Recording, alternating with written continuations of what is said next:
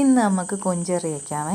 കൊഞ്ചറി വയ്ക്കുമ്പം ആദ്യം കൊഞ്ച് വൃത്തിയാക്കണം. കൊഞ്ച് വൃത്തിയാക്കുമ്പോൾ നമ്മൾ എപ്പോഴും ശ്രദ്ധിക്കണം, കൊഞ്ചിൻ്റെ മുതുകത്തു നിന്ന് ഒരു വാലയുണ്ട്, കുടലിൽ നിന്ന് കുടൽ പോലത്തെ ഒരു നൂല് പോലത്തെ ഒരു സാധനമുണ്ട്, അതിൽ അഴുക്കുണ്ടാവും, അതെടുത്ത് കളയണം. ചിലത് നമ്മൾ വലിക്കുമ്പം പൊട്ടി വരും, അതിൻ്റെ ഉള്ളിൽ ബാക്കി കാണും. അങ്ങനെ ഇരുന്ന് വൃത്തിയാക്കാതെ കഴിച്ചു കഴിഞ്ഞാൽ വയറിന് പ്രശ്നം ഉണ്ടാവും.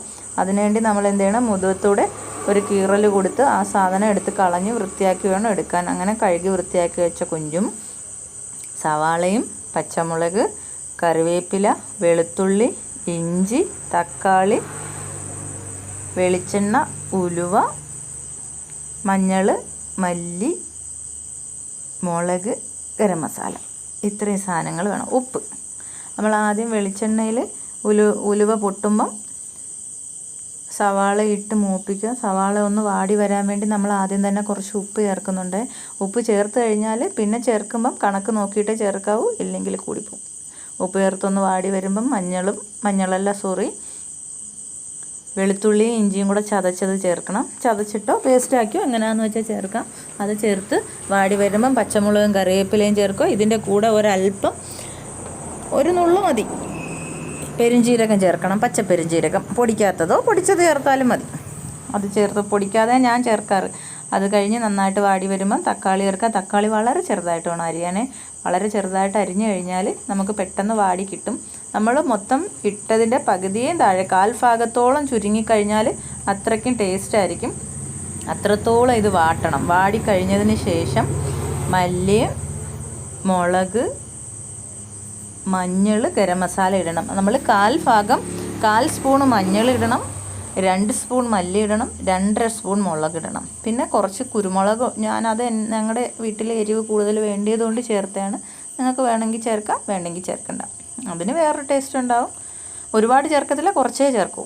ഇതെല്ലാം കൂടെ നന്നായിട്ടൊന്ന് മിക്സ് ചെയ്ത് ഒരല്പം ചൂടുവെള്ളം ഒഴിച്ച്, അത് അടിയിൽ കരിഞ്ഞ് വേറൊരു സ്മെല്ലാവാതിരിക്കാൻ വേണ്ടിയിട്ടാണ് ചൂടുവെള്ളം ചെറുതായിട്ട് ഒഴിച്ച് നല്ലതായിട്ടൊന്ന് മിക്സ് ചെയ്ത് ആ മണം വരാനൊക്കെ തുടങ്ങുമ്പോഴത്തേക്കും നമ്മൾ കഴുകി വെച്ച കൊഞ്ചും കൂടെ ഇട്ട് നന്നായിട്ടൊന്ന് കുറച്ച് നേരം ഇളക്കി കൊടുക്കണം. അത് ആ സമയത്ത് ഇതെല്ലാം പിടിച്ച് ഈ എണ്ണയും ഈ മസാലയും എല്ലാം കൂടെ കൂടി ഒന്ന് വാടി വരാൻ വേണ്ടിയിട്ടാണ്. അത് കഴിഞ്ഞതിന് ശേഷം നമ്മൾ ആവശ്യത്തിന് ഇത് വെന്ത് കിട്ടാൻ വേണ്ടിയിട്ടുള്ള വെള്ളം, ചൂടുവെള്ളം തന്നെ ഒഴിക്കുന്നുണ്ട്. പച്ചവെള്ളം ഒഴിച്ചാലും കുഴപ്പമൊന്നുമില്ല, ചൂടുവെള്ളം തിളപ്പിച്ചൊഴിക്കുന്നത് അത് അത്രയും നല്ലതായിരിക്കും. ഒഴിച്ചിട്ട് ഒരുപാട് വെള്ളം കോരി ഒഴിക്കരുത്. ഇത് വെന്ത് വരെയും വേണം, എന്നാലോട്ട് കുറുകി കരിഞ്ഞു പോകാനും പാടില്ല. ആ കണക്കിന് ഒഴിച്ചിട്ട് ഇടയ്ക്കിടയ്ക്ക് ഇളക്കി കൊടുക്കണം. അത് കഴിഞ്ഞ് വെന്ത് വരുമ്പം നമുക്ക് ഉപയോഗിക്കാം.